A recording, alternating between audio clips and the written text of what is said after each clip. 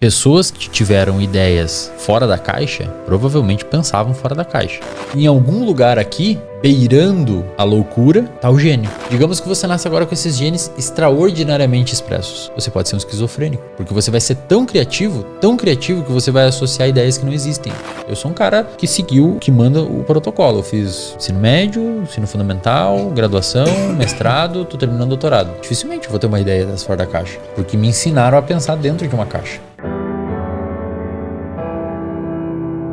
Um tempinho atrás você tinha postado no Instagram uma sequência de stories falando sobre genialidade ou loucura, algo assim. E aí você tava comentando, né, que bem possível que as próximas pessoas que podem mudar o mundo vão ser, sei lá, um esquizofrênico, um autista ou algo assim.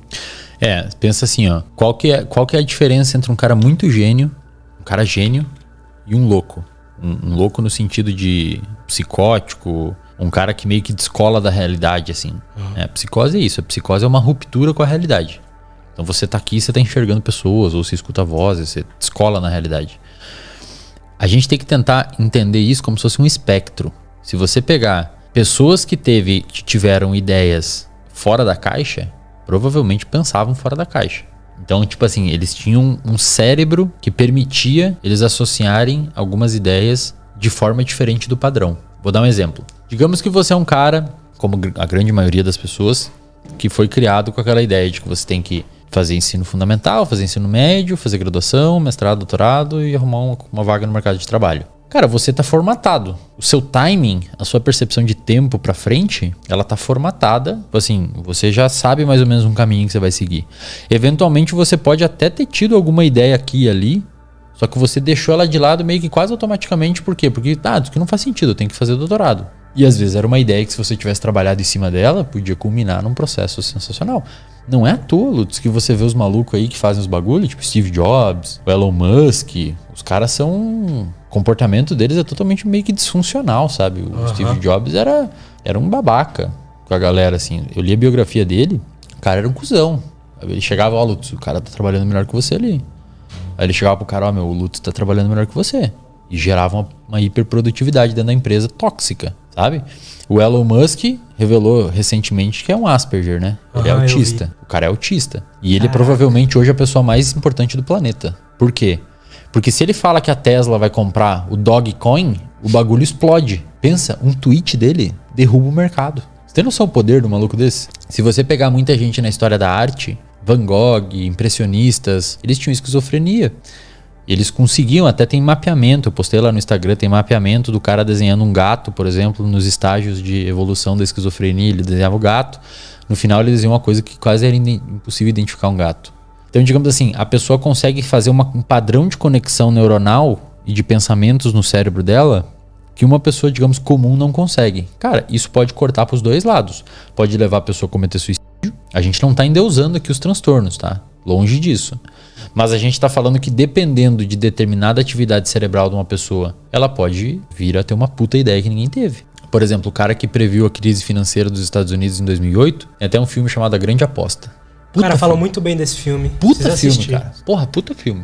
O cara que conta a história de um maluco que o cara antecipou uma crise hipotecária lá nos Estados Unidos em 2008, que até afetou o Brasil aqui. Na época ainda o Lula falou que ia ser só uma marolinha. O cara antecipou que ia dar o problema por meio de um monte de cálculo. E o filme, não sei se ele era assim na vida real, mas o filme mostra ele era bem...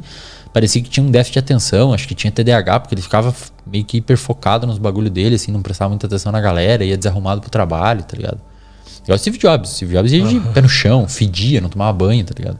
Cara, tem outro tipo de cabeça. Ele tá em outro lugar. O cara decidiu fazer um celular com um botão na época, que foi o iPhone que ele lançou. Ele falou que era um celular com um botão só. Cara, a galera falou, impossível, velho, tá louco? Entendeu?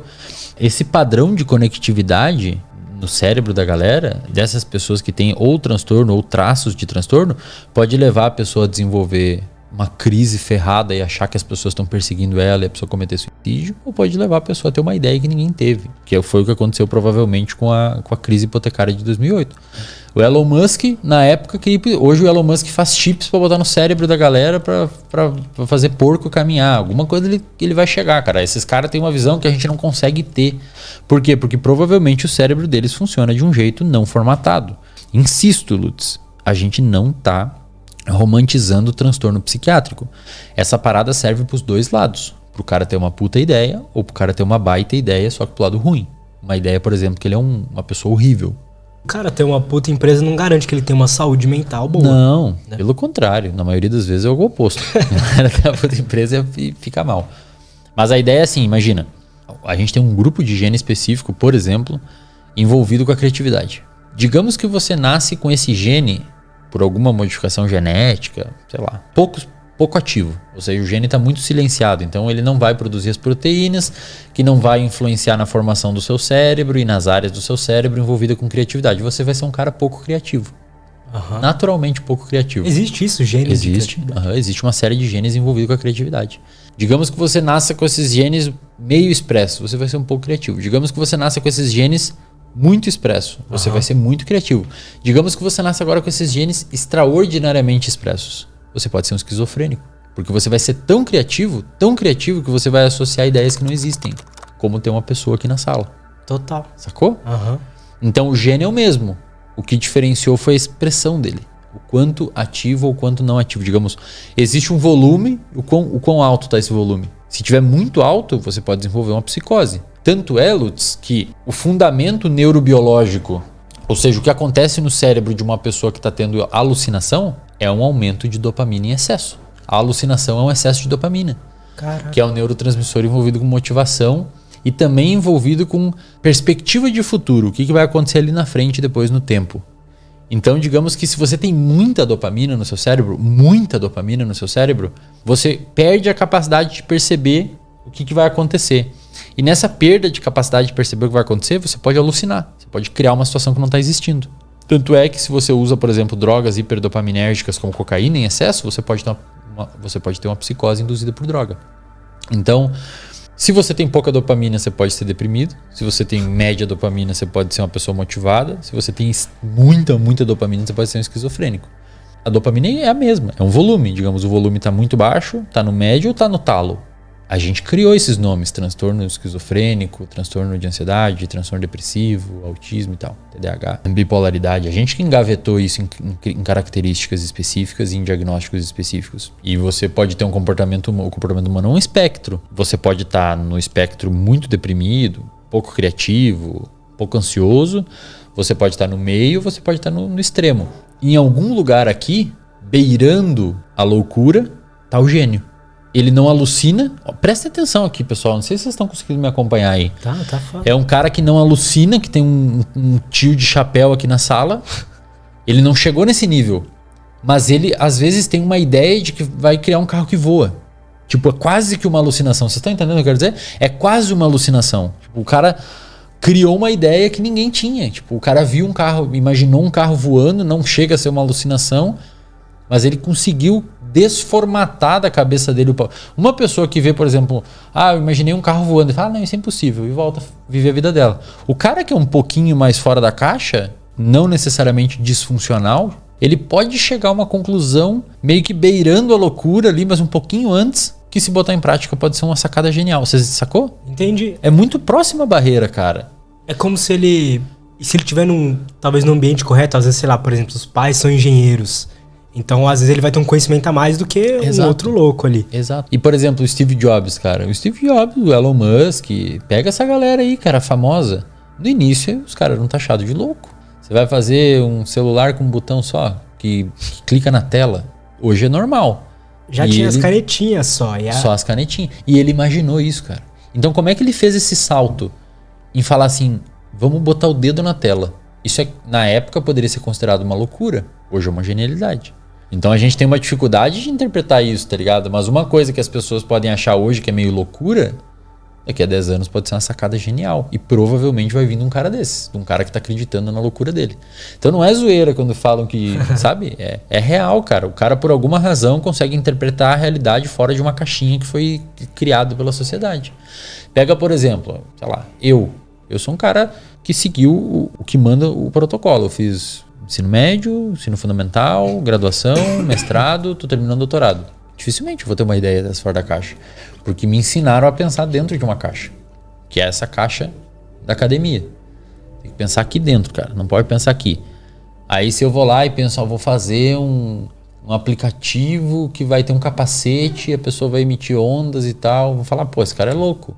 Mas às vezes o cara faz e dá um puta negócio foda. Você até consegue imaginar, né? Então, por exemplo, você pode ser um cara não muito criativo, mas você consegue imaginar um carro voando, igual você tinha falado.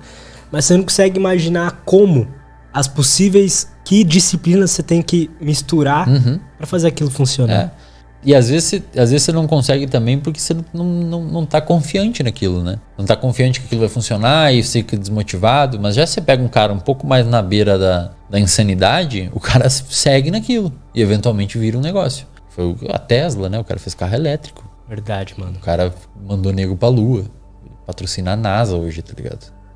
Eu preciso ir atrás da história desses caras, assim. É legal, cara. O que eu conheço mais a fundo é do Steve Jobs.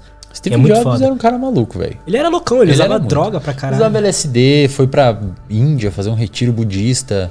Aí ele fundou a Apple, aí 2-3 anos depois de fundar a Apple, era uma empresa bilionária. Aí ele foi demitido da empresa dele, ele fez a Pixar.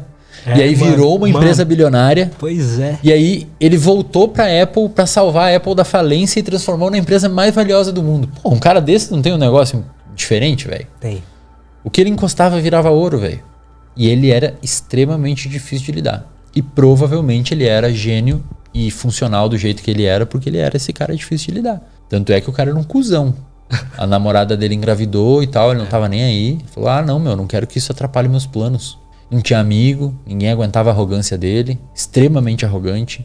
Fedia, não tomava banho. Extremamente difícil o traquejo com ele. É bom ou ruim esse jeito dele? Cara, as pessoas que estavam perto dele provavelmente sofreram com isso. A humanidade não. Verdade. A humanidade agradece o cara, tanto é que a gente tá usando o telefone que ele fez. A questão é, esse traço dele, que provavelmente era um traço patológico, doentio, dele se importar só com ele, bem narcisista, provavelmente foi isso que fez ele ser quem ele foi. Então, o que eu falo pra galera quando eu posto esses stories? Ninguém tá romantizando o transtorno psiquiátrico. Eu sou psicólogo, eu atendo gente com transtorno psiquiátrico. Eu só tô querendo dar uma visão que não falam na academia. Ninguém fala num curso de psicologia essas coisas. Ninguém fala numa pós-graduação essas coisas.